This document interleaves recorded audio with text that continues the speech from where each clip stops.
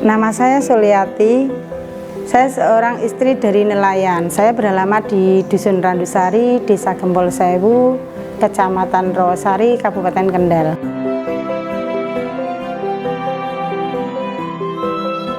Jadi istri nelayan itu ya ada senangnya dan ada susahnya, Mas. Ya susahnya gimana ya, Mas? Kan penghasilan nelayan itu nggak tentu. Yang paling susah itu ketika ada musim paceklik, istilahnya itu cuaca ekstrim, karena suami-suami nggak bisa melaut dan kami sebagai istri juga merasa pusing karena harus dituntut bisa mencukupi kebutuhan sehari-hari, sedangkan suami tidak bisa bekerja seperti biasanya.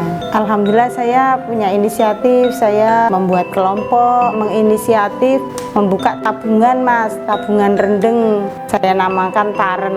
Ya, Taren itu tabungan rendeng dan mewakili dari RT-RT dusun lain itu saya kumpulkan untuk menabung menjadi koordinator-koordinator tabungan rendeng. Kami yang tadinya belum bisa mengolah mencari penghasilan tambahan, alhamdulillah kami dulunya kan nggak percaya diri gitu, Mas, cuma bisanya jual ikan. Nah sekarang alhamdulillah saya sendiri bisa membuat terasi udang sangrai, mengolah hasil perikanan, saya jual, terus jualan ikan asin. Kita nggak malu, Mas, kalau ada rapat-rapat saya bawa itu ikan panggang, ikan asin, terasi. Ya ada yang melihat saya gimana ya saya cuek aja, yang penting saya kan bisa kasih uang saku untuk anak bisa sekolah. Anak pertama saya bernama Lucy Amartya Yusbika Pertiwi. Alhamdulillah dia sekarang sudah bekerja di KKP di Jakarta. Awalnya sih menyedihkan, Mas, karena dulu saya mau membiayai anak sekolah saja saya kurang mampu sampai anak saya itu ikut simbahnya di Cepiring. Waktu itu sekolah di Cepiring. Terus karena simbahnya itu mau pulang ke Singapura, anak saya dikembalikan lagi ke saya. Saya di Jakarta saya dapat undangan ketemu Bu Menteri, terus ada program pendidikan anak nelayan karena ekonomi kurang mampu dan anak saya berminat untuk sekolah di perikanan. Alhamdulillah dia pun dapat prestasi sampai sekolah di Jakarta di Sekolah Tinggi Perikanan. Alhamdulillah dia anak yang berprestasi the best gitu kan, sekarang sampai kerja di KKP.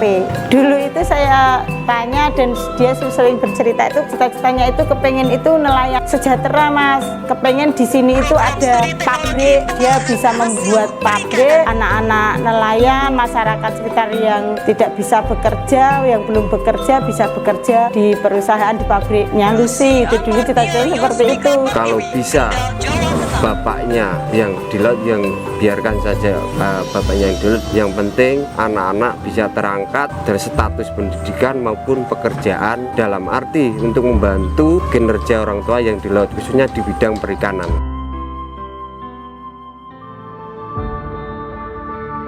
Menurut saya anak nelayan kan berprestasi karena mungkin banyak protein ya. Jadi bapak-bapak kan pahlawan protein. Cukup membanggakan ketika saya sendiri sebagai asli warga nelayan yang selalu berjibaku dengan ikan, berjibaku dengan jaring, berjibaku dengan perahu.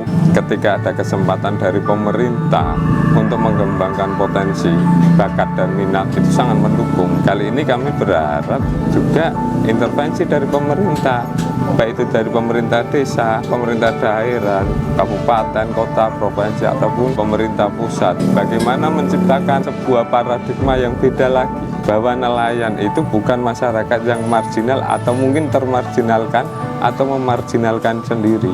Mereka itu punya kesempatan mengeksplor apa-apa yang bisa dikembangkan. Nelayan jangan sampai punah, karena alam kita Indonesia secara geografis adalah lautan. Ayo kita kembangkan potensi diri, bagaimana nantinya bisa mengolah sumber daya alam yang ada di pesisir menjadi produk-produk unggulan, bisa menghidupi secara ekonomi, agar kita tidak menjadi objek daripada pembangunan, kita akan menjadi subjek pembangunan di menyongsong tahun 2045 Indonesia Emas.